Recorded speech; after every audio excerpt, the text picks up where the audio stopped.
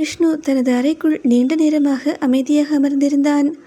வைஷ்ணவி பேசிய ஒவ்வொரு வார்த்தையும் அவன் மனதில் திரும்ப திரும்ப ஒலித்து கொண்டே இருந்தது. நீதான் என்னோட வாழ்க்கையை அழிச்ச, என்னோட காதல் அழிச்சது நீ. அந்த ஒரு வார்த்தை மட்டும் அவன் மனதை விட்டு நீங்கவே இல்லை. இவ எதுக்காக அப்படி சொன்னா? என்னால் உண்மையாகவே அவளோட வாழ்க்கையில் ஏதாவது நடந்திருக்கா? இந்த பொண்ணை பார்த்தா பொய் சொல்கிற மாதிரி தெரியல. ஏதோ ஒரு பெரிய தப்பு நடந்திருக்கு.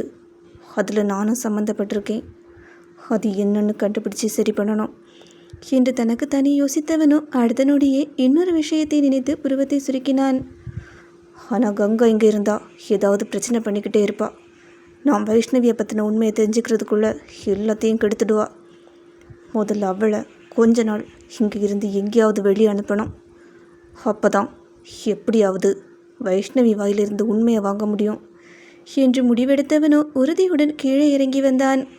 ஹாலில் அமர்ந்திருந்த கங்காவை பார்த்து கங்கா என்று அழைக்கவும் அவள் உடனே எழுந்து அவன் அருகே வந்தாள். சொல்லு விஷ்ணு. மதுரையில் ஒரு பெரிய செமினார் அரேஞ்ச் பண்ணியிருக்காங்க. 1 மாத கோர்ஸ் முடிவில் நடக்கிற செமினார் அது. என்னோட சார்பாக என்னோட வருங்கால மனைவிங்கிற உரிமையில் நீ தான் அந்த செமினாரை அட்டென்ட் பண்ண போகிற. ஒரு நொடி கங்காவின் முகம் மலர்ந்தது. ஆனால் அடுத்த நிமிடமே அந்த மகிழ்ச்சியை மறைத்து கொண்டு அது எப்படி விஷ்ணு? உன்னை விட்டுட்டு 1 மாதம் என்னால் எப்படி இருக்க முடியும் என்று மெதுவாக கேட்டாள் அவள். விஷ்ணு சிரித்தான். இங்கே பாரு, புருஷன் பொண்டாட்டினா எப்பவும் சேர்ந்து இருக்கிறது மட்டும் வாழ்க்கை இல்லை. ஒருத்தங்களுக்காக இன்னொருத்தங்க கொஞ்சம் தியாகம் பண்ணுறதும் தான் வாழ்க்கை. எனக்கு சென்னையில் எவ்வளோ வேலை இருக்குன்னு உனக்கே நல்லா தெரியும். இந்த நிலைமையில் நான் மதுரைக்கு போனால் இங்கே இருக்கிற வேலையெல்லாம் நின்று போயிடும். அதனால் அதை நல்லபடியாக நடத்தி முடிக்க உன்னால் மட்டும்தான் முடியும். அவன் பேசும் விதத்தை பார்த்த கங்காவால் மறுக்க முடியவில்லை. மனதில் இருந்த சந்தேகங்களையும் மீறி அவள் மெதுவாக தலையசைத்தாள். அவர்களுக்கு எதிரே அமைதியாக அமர்ந்திருந்த அசோகோ இதையெல்லாம் கவனித்து கொண்டே உள்ளுக்குள் மெல்ல சிரித்தான். விஷ்ணு அவனிடம் ஒரு வார்த்தை கூட சொல்லவில்லை. ஆனாலும் விஷ்ணுவின் மனதில் என்ன ஓடுகிறது என்பதை புரிந்து கொள்ள முடியாத அளவிற்கு அசோக்கும் முட்டாளில்லை. என்ன விஷ்ணு, மெதுவாக கங்காவை கடத்தி விட்டுக்கிட்டு அந்த பொண்ணு வைஷ்ணவி யாரு, எதுக்காக உன் வாழ்க்கைக்குள்ளே வந்தான்னு கண்டுபிடிக்க போறியா? அசோகோ மனதிற்குள் நக்கலாக சிரித்தான். நடத்து, அதுவும் எனக்கு நல்லதுக்கு தான். நானே எப்படிடா கங்காவை இங்கேருந்து அனுப்பலான்னு யோசிச்சுட்டு இருந்தேன். நீயே அதுக்கும் வழி பண்ணிட்ட. கங்காவை வெளியே அனுப்பிட்டு வைஷ்ணவி யாருன்னு கண்டுபிடிக்கிறதுல உன்னோட கவனத்தை முழுசாக திருப்பிக்க விஷ்ணு. அந்த நேரத்தில் உன்னை எப்படி வீழ்த்தணும்னு நான் பார்த்துக்கிறேன் என்று மனதிற்குள் அடுத்த நகர்வை கணக்கிட்டு உதட்டோறும் யாரும் கவனிக்காத ஒரு மெல்லிய சிரிப்பை உதிர்த்தான் அவன். விஷ்ணுவோ எடுத்த முடிவை மாற்றிக்கொள்ளும் மனிதன் இல்லை, நினைத்ததை சாதிக்கும் மனிதன். கங்காவிடம் அந்த விஷயத்தை சொன்ன அடுத்த அரை மணி நேரத்திலேயே தனது மொபைலை எடுத்தவன் மதுரையில் இருந்த தனது நெருங்கிய நண்பனுக்கு அழைத்தான். டேய், ஒரு ஹெல்ப் பண்ணணும்.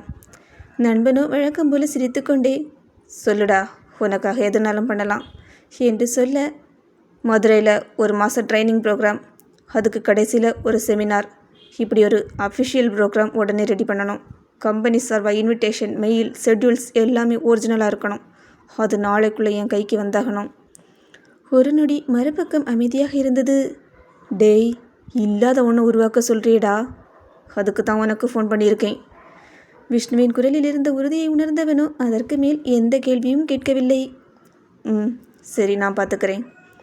அதற்கு பிறகு நடந்தது எல்லாமே மின்னல் வேகத்தில் நடந்தது. அடுத்த நாளே மதுரையில் உள்ள கிளை அலுவலகத்தின் பெயரில் 1 மாத பயிற்சி முகாம், அதன் இறுதியில் நடைபெறவிருந்த செமினார் என முழு திட்டமும் தயார் செய்யப்பட்டுவிட்டது. அதிகாரப்பூர்வ மெயில்கள், அழைப்பு கடிதங்கள், தங்கும் ஏற்பாடுகள், பயிற்சி அட்டவணை என அனைத்தும் உண்மையான நிகழ்ச்சியைப் போல உருவாக்கப்பட்டிருந்தது. அவற்றை ஒவ்வொன்றாக கங்காவிடம் காட்டிய விஷ்ணுவோ, இது சாதாரண மீட்டிங் இல்லை, கம்பெனிக்கு ரொம்ப முக்கியமான ப்ரோக்ராம் என்று சொல்ல, மதுரைக்கு செல்ல மனமில்லாமல் சம்மதித்தவளோ தேவையான பொருட்களை எடுத்துக்கொண்டு புறப்பட தயாரானாள்.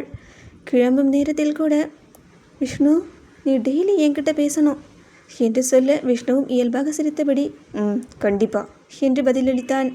அசோகோ உதட்டில் புன்னகையுடன் தலை குனிந்து சிரித்து கொண்டிருக்க, கங்காவோ அசோகை முறைத்து பார்த்து, எல்லாம் உன்னோட பிளானா என்று கண்களாலேயே கேட்க அசோகோ எனக்கு எதுவும் தெரியாது என்பது போல தோளை குலுக்கினான். நான் நினைச்சதை அடைஞ்சே தீருவேன் என்று கங்கா அசோக்கை பார்க்க, என்ன மீறி உன்னால் எதுவும் செய்ய முடியாது என்று கண்களாலேயே ஜாடை காட்டி தனது மீசையின் ஓரத்தை கட்டை விரலால் சுரைந்து கொண்டான் அசோக். சில நேரங்களுக்கு பிறகு கார் வீட்டை விட்டு மெதுவாக வெளியேறியது. அந்த காரை வாசலில் நின்றபடி பார்த்து கொண்டிருந்த விஷ்ணுவோ அது கண்ணிலிருந்து மறைந்த பிறகுதான் மெதுவாக ஒரு பெருமூச்சு விட்டான். சாரி கங்கா, இது ஒன்று ஏமாத்துறதுக்கு இல்லை, ஒரு உண்மையை கண்டுபிடிக்க தான் என்று மனதிற்குள் சொல்லி கொண்டவனோ மெதுவாக வீட்டிற்குள் திரும்பி நடந்தான். கங்கா மதுரைக்கு புறப்பட்டு சென்ற சில நிமிடங்களிலேயே அசோக் அடுத்ததாக என்ன நடக்கும் என்பதை மனதிற்குள் கணக்கை போட்டுவிட்டான்.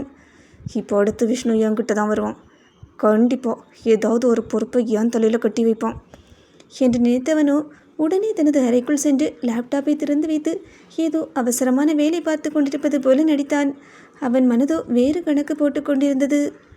என்னோட திட்டம் சரியாக இருந்தால் அடுத்து சென்னையில் கம்பெனியில் முக்கியமான வேலைன்னு சொல்லி என்னை ஆஃபீஸ்லேயே உட்கார வைப்பான். அப்படி நடந்தால் அந்த வாய்ப்பை நான் தவற விடவே மாட்டேன். கம்பெனி வேலையை கொஞ்சம் கொஞ்சமாக சொதப்பி அவனோட பேரையும் கம்பெனி பேரையும் சேர்த்து அவமானப்படுத்துகிறேன் என்று மனதிற்குள் திட்டம் தீட்டிக் கொண்டிருந்தான் அவன். அவன் எதிர்பார்த்தது போலவே அரை கதவை தட்டிவிட்டு விஷ்ணு உள்ளே வந்தான். அசோக், ஒரு ஹெல்ப். அசோக் உள்ளுக்குள் சிரித்தாலும் வெளியே எதுவும் தெரியாதது போல அவனை பார்த்தான். சொல்லுடா, மதுரை ப்ராஜெக்ட் விஷயத்தில் ஏதாவது ஹெல்ப் பண்ணணுமா? விஷ்ணுவோ தலையசைத்தான். இல்லை, அடுத்த மாதம் நம்ம சென்னை கம்பெனிக்கு ஆடிட் வரப்போகுது. எல்லா ஃபைல்ஸ், அக்கௌண்ட்ஸ், டாக்குமெண்ட்ஸ் கரெக்டாக இருக்கான்னு ஃபுல் செக் பண்ணணும். நிறைய கரெக்ஷன் வேலை பெண்டிங்கில் இருக்குது, அதை நீ கொஞ்சம் பார்த்துக்கிறியா என்று கேட்டான் அவன். அசோக்கோ உடனே புருவத்தை உயர்த்தினான். ஏண்டா, சென்னையில் ஆஃபீஸ் ஒர்க் பார்க்கணும் தானே கங்காவை மதுரைக்கு அனுப்பினேன், அப்புறம் என்ன போய் இதை பார்த்துக்க சொல்கிற? நீ என்ன பண்ண போகிற? விஷ்ணுவோ மெதுவாக சிரித்தான்.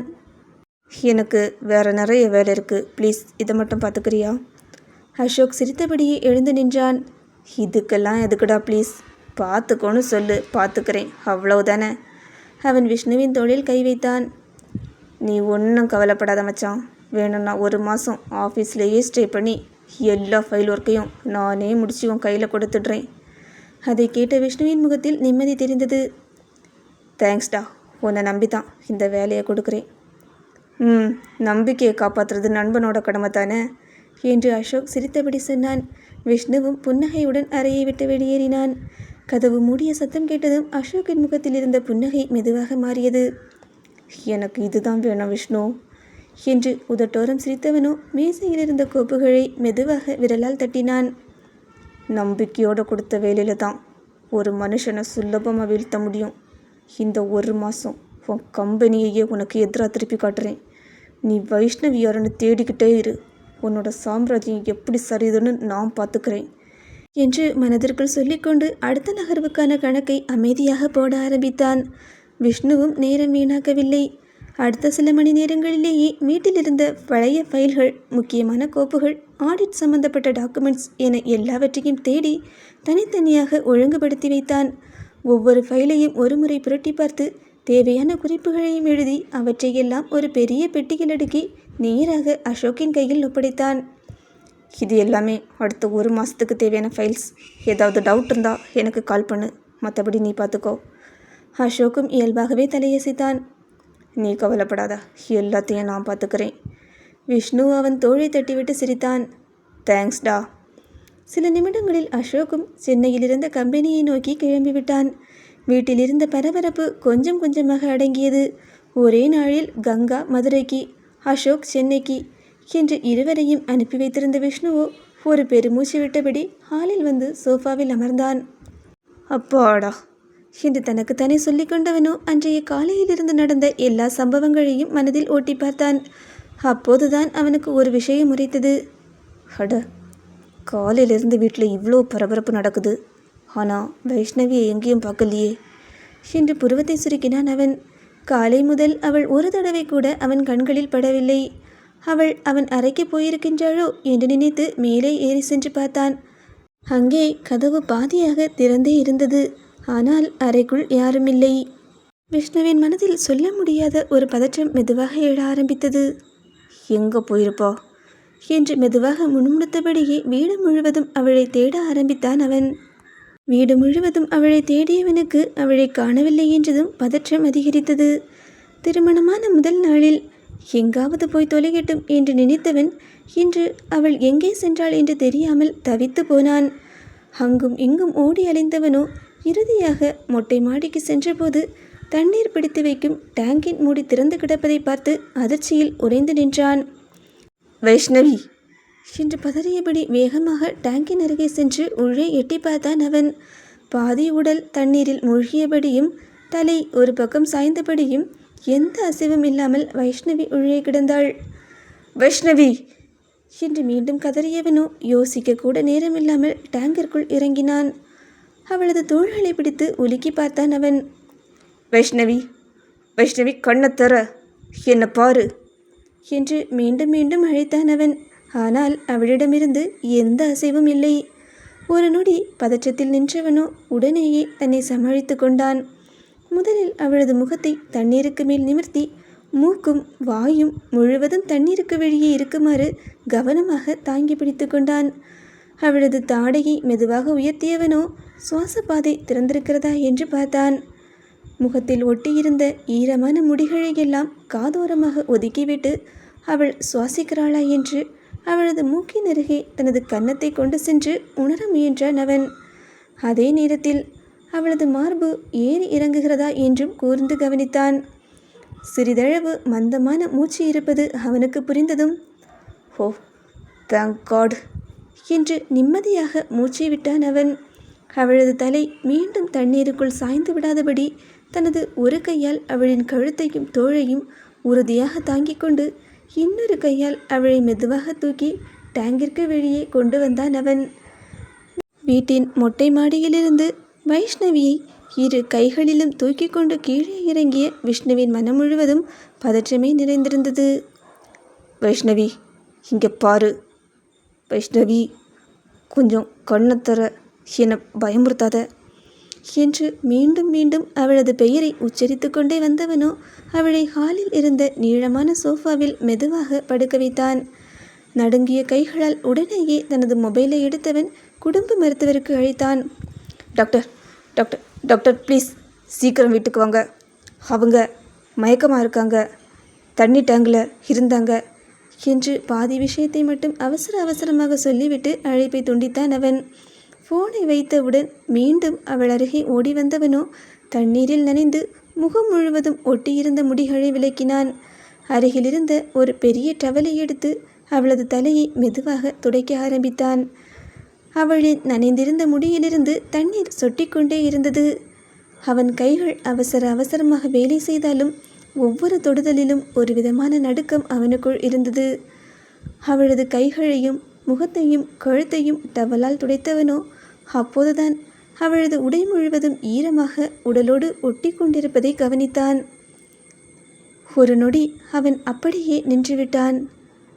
இல்லை, இது சரியில்லை, இப்படி பார்க்கக்கூடாது என்று தனக்குத்தானே முணுமுணுத்தவனோ வேறு வழி இருக்கிறதா என்று அறை முழுவதும் பார்வையை ஓடவிட்டான். ஆனால் அந்த ஈர உடையிலேயே அவளை வைத்திருந்தால் குளிர் அதிகமாகி நிலைமை இன்னும் மோசமாகிவிடும் என்பது அவனுக்கே நன்றாக புரிந்தது. கண்களை இறுக மூடி ஒரு பெருமூச்சை விட்டவனோ சாரி என்று மெதுவாக சொல்லிவிட்டு அவளது ஈரமான உடையை மாற்ற வேண்டிய கட்டாயத்தில் இறங்கினான். சில நிமிடங்கள் கழித்து கங்காவுக்காக ஒரு நாள் வாங்கி வைத்திருந்த புது நைட்டியை அலமாரியிலிருந்து எடுத்து வந்தான். மிகுந்த கவனத்துடன் அதை வைஷ்ணவிக்கு அணிவித்து மீண்டும் ஒரு உலர்ந்த டவலை கொண்டு அவளது தலைமுடியை மெதுவாக துவட்டினான். அனைத்தையும் முடித்த பிறகுதான் அவன் ஒரு அடி பின்னால் நின்றான். சோஃபாவில் அமைதியாக கண்களை மூடியபடி படுத்திருந்த வைஷ்ணவியை பார்த்தவனின் இதயம் வேகமாக துடித்து கொண்டே இருந்தது. உனக்கு எதுவும் ஆகக்கூடாது என்று அவனையும் அறியாமல் உதடுகள் முணுமுணுத்தன. அந்த நேரத்தில் வீட்டின் வெளியே கார் வந்து நிற்கும் சத்தம் கேட்டது. டாக்டர் வந்துட்டாரு என்று சொல்லிக்கொண்டே விஷ்ணு வேகமாக வாசலை நோக்கி ஓடினான். சில நிமிடங்களிலேயே குடும்ப மருத்துவர் அவசரமாக வீட்டிற்குள் நுழைந்தார். விஷ்ணுவோ பதற்றத்தோடு அவரை நேராக வைஷ்ணவி படுத்திருந்த சோஃபாவிற்கு அழைத்து சென்றான். மருத்துவர் உடனேயே அவளது நாடி துடிப்பை பரிசோதித்தார். கண் இமைகளை திறந்து டார்ச் வெளிச்சத்தில் பார்த்தார். இரத்த அழுத்தத்தையும் பரிசோதித்துவிட்டு ஸ்டெதஸ்கோப்பை வைத்து இதய துடிப்பையும் சுவாசத்தையும் கவனமாக கேட்டார். பயப்படுற மாதிரி எதுவும் இல்லை, என்று கூறியவர் தனது மருத்துவ பெட்டியில் இருந்த ஒரு ஊசியை எடுத்தார். அவளுக்கு தேவையான முதலுதவியை செய்து சிறிது நேரம் அமைதியாக ஓய்வெடுக்க சொன்னார். சில நிமிடங்கள் கழித்து வைஷ்ணவியின் விரல்கள் லேசாக அசைந்தன. அதன் பிறகு மெதுவாக அவளது இமைகள் துடித்தன. கண்களை திறந்தவளோ முதலில் பார்த்தது தன் அருகில் பதற்றத்தோடு நின்று கொண்டிருந்த விஷ்ணுவின் முகத்தை தான். வைஷ்ணவி என்று அவன் நிம்மதி பெருமூச்சுடன் அழைக்க, அவள் அவனை சில நொடிகள் அமைதியாக பார்த்துவிட்டு மீண்டும் கண்களை மூடிக்கொண்டாள். அதை பார்த்த மருத்துவரோ மெதுவாக எழுந்து, அவங்களுக்கு இப்போ ரெஸ்ட்டு தான் தேவை, கொஞ்ச நேரம் தூங்கட்டும் என்று கூறிவிட்டு விஷ்ணுவை வெளியே வரும்படி கஞ்சாடை காட்டினார். வீட்டின் வராண்டாவிற்கு வந்ததும் மருத்துவர் விஷ்ணுவின் தோளில் மெதுவாக கை வைத்தார். இங்கே பாரு விஷ்ணு, மண்டபத்தில் நடந்த விஷயம் எல்லாம் கேள்விப்பட்டேன். அதுக்காக இவ்வளவு கவனக்குறைவாக இருக்கக்கூடாது. என்னதான் உங்களுக்குள்ள பிரச்சனை இருந்தாலும் அவள் இப்போ உன்னோட மனைவி. இந்த மாதிரி நேரத்தில் நீ தான் இன்னும் கொஞ்சம் கேர்ஃபுல்லாக பார்த்துக்கணும். மருத்துவரோ மிகவும் இயல்பாக சொல்லிவிட்டு அவனது தோளை தட்டினார். நான் சொல்ல வந்தது உனக்கு புரிஞ்சிருக்கணும்னு நினைக்கிறேன். இனிமே அவங்கள நல்லா பார்த்துக்கோ. அவ்வளவுதான். எல்லாவற்றையும் விஷ்ணுவுக்கு எதுவுமே புரியாத வகையில் சொல்லிவிட்டு மருத்துவர் தனது மருத்துவ பெட்டியை எடுத்துக்கொண்டு வெளியே நடந்தார். விஷ்ணுவோ தலையை சொரிந்தான். என்ன இது, டாக்டர் இதுக்காக இப்போ இப்படி பேசிட்டு போகிறாரு? அவர் என்னத்தான் சொல்ல வராரு என்று தனக்குத்தானே முணுமுணுத்தபடி புரியாத புதிருடன் அவர் சென்ற திசையையே பார்த்து கொண்டிருந்தான் அவன். மருத்துவருக்கோ மண்டபத்தில் வைஷ்ணவி சொன்ன வார்த்தைகளும் இப்போது பரிசோதனையில் தெரிந்த உண்மையும் ஒன்றாக இணைந்திருந்தது. ஆனால் அந்த உண்மை இன்னும் விஷ்ணுவுக்கு மட்டும் புரியவில்லை. விஷ்ணு மெதுவாக வந்து வைஷ்ணவியின் அருகில் அமர்ந்தான். சில நொடிகள் அவளையே பார்த்து கொண்டிருந்தவனோ அடக்கி வைத்திருந்த கோபமும் பதற்றமும் கலந்த குரலில், எதுக்காக மாடிக்கு போன? ஒன்று யார் அங்கெல்லாம் போக சொன்னது என்று கேட்டான். வைஷ்ணவியோ மெதுவாக அவனை பார்த்தாள். ஸ்டோர் ரூமில் தண்ணி வரல, பைப் அடைச்சிருந்தது, அதான் போய் பார்க்கலாம்னு போனேன். அதுக்கு நீ போகிற? வீட்டில் வேலைக்காரங்க இருக்காங்கல்ல, யாரையாவது கூப்பிட்ருக்க வேண்டியது தானே? நானே இந்த வீட்டில் ஒரு வேலைக்காரி தானே. அப்படி நான் சொன்னனா? உன்னோட இடம் எதுன்னு தெரிஞ்சுக்கணும். என்ன இருந்தாலும் நான் முதலாளி, நீ வேலைக்காரின்னு சொன்னது நீங்கள் தானே? நான் சொன்னது ஆஃபீஸ் விஷயம். ஆஃபீஸில் வேலைக்காரினா வீட்லேயும் வேலைக்காரி தானே? நான் அப்படி சொல்லலை. அப்போ நான் யார்?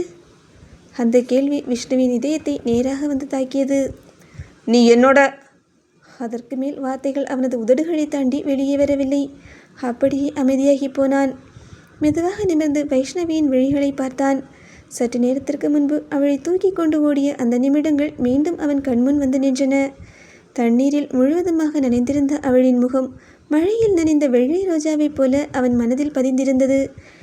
கன்னங்களில் வழிந்த தண்ணீர் துளிகளோ பனித்துளிகளைப் போல மின்னியது. அந்த ஈரமான கூந்தல் அவளது முகத்தை இன்னும் மென்மையாக காட்டியது. தண்ணீரில் நனைந்து உடலோடு ஒட்டியிருந்த ஆடைகள் அவளது இயற்கை அழகை மறைக்காமல் வெளிப்படுத்தியது. அந்த அவசரமான சூழ்நிலையிலும் ஒரு கணம் அவன் மனம் அங்கேயே நின்று போனது. அவளை காப்பாற்ற வேண்டும் என்ற பதட்டம் மட்டுமே அப்போது இருந்திருக்க வேண்டும். ஆனால் அந்த பதட்டத்தின் நடுவில் கூட ஏனோ அவன் பார்வை அவளை விட்டு விலக மறுத்தது. அது ஏனென்றுதான் அவனுக்கே புரியவில்லை. இதற்கு முன்கூட கங்கா எத்தனையோ முறை நீச்சல் குளத்தில் விளையாடியிருக்கிறாள். பயிற்சி முடிந்து நனைந்தபடி அவன் முன்னால் நின்றிருக்கிறாள். பலமுறை அவள் அவனுக்கு மிக நெருக்கமாக கூட வந்திருக்கிறாள். ஆனால் ஒரு நாள் கூட அவனது பார்வை அவள் கண்களை தாண்டி போனதில்லை. அவளை ஒரு பெண்ணாக ரசிக்க வேண்டும் என்ற எண்ணம் கூட அவனுக்குள் எழுந்ததில்லை. ஆனால் இன்று மட்டும் எல்லாமே வேறுபட்டிருந்தது. வைஷ்ணவியை பார்த்த அந்த ஒரு கணத்தில் அவனையும் மீறி அவனது பார்வை அவள் மேல் படர்ந்தது. அதற்கான காரணம் என்ன என்றுதான் அவனுக்கே தெரியவில்லை. விஷ்ணுவோ ஆழமாக மூச்சை இழுத்துக்கொண்டு அவளை நேராக பார்த்தான். இங்கே பாரு, நான் உன்கிட்ட ஒரு விஷயத்தை கேட்குறேன். நீ ஒழுங்கா வாயை திறந்து உண்மையை சொல்லு. நீ யாரு? உனக்கும் எனக்கும் என்ன சம்பந்தம்? அவன் கேட்டுக்கொண்டிருக்க வைஷ்ணவி அமைதியாகவே நின்றாள்.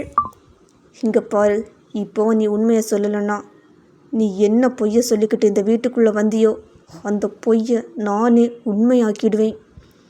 அவன் ஒரு அடி அவளை நெருங்கினான். அந்த வார்த்தைகள் வைஷ்ணவியை சட்டென்று நிமிர்ந்து பார்க்க வைத்தது. அவளது விழிகளில் தெரிந்த அதிர்ச்சியை பார்த்த விஷ்ணுவோ இன்னும் அழுத்தமாக, என்ன புரியலையா? பொண்டாட்டின்னு சொல்லிக்கிட்டு தானே இந்த வீட்டுக்குள்ளே வந்திருக்க. அப்போது ஒரு புருஷனா என்னோட உரிமையை நான் எடுத்துக்குவேன். அவனது குரல் மெதுவாக இருந்தாலும் அதிலிருந்த உறுதி ஒரு நொடி அவளை அசையாமல் நிற்க வைத்தது. அவன் சொன்ன அந்த வார்த்தைகள் அறை முழுவதும் எதிரொலித்தன. வைஷ்ணவியின் இதயமோ வேகமாக துடிக்க ஆரம்பித்தது. விஷ்ணுவோ அவளது விழிகளை விட்டு பார்வையை விலக்காமல் அவளை நெருங்கி நின்றான்.